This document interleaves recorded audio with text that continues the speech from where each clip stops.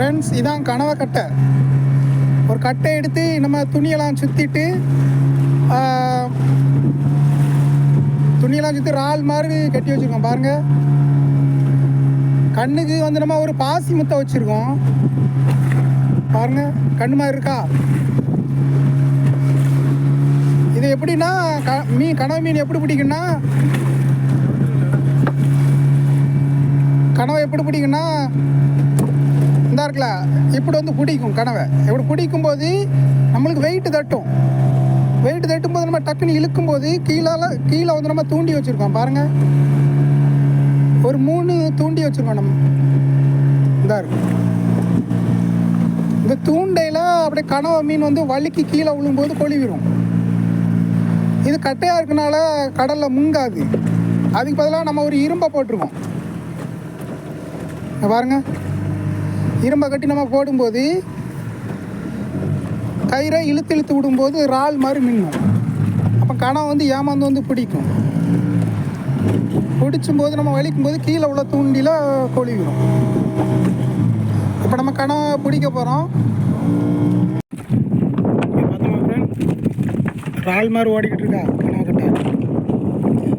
இது நம்ம இப்படி இழுத்து விட்டுக்கிட்டு இருக்கும்போது அது கனவை இறால் மாதிரி மின்னிட்டு இருக்கும்.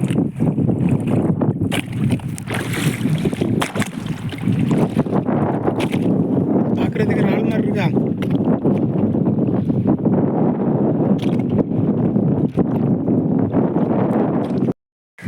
ஃப்ரெண்ட்ஸ், இப்போ வந்து கனவை கொழி வருது.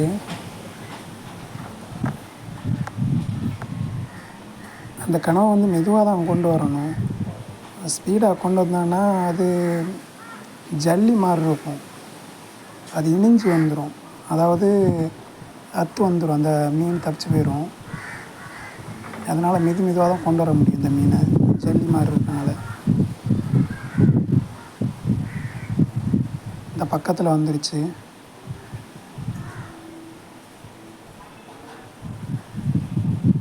இதை இப்போ வந்து கச்சாலை வச்சு தான் கோருவோம். அதாவது மாலுன்னு சொல்லுவாங்கள்ல, மால், அதை நாங்கள் கச்சான்னு சொல்லுவோம். அந்த கச்சாவை வச்சு தான் கோர் எடுக்கணும்.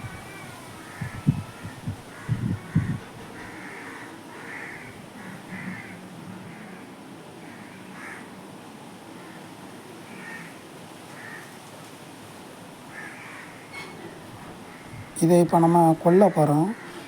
இதோட உயிர் வந்து கழுத்து பகுதியில் தான் இருக்கும். கழுத்து பகுதியில் 2 நரம்பு இருக்கும். அதை உடச்சி விட்டோன்னா செத்துரும். இப்போ கொல்ல போகிறோம்.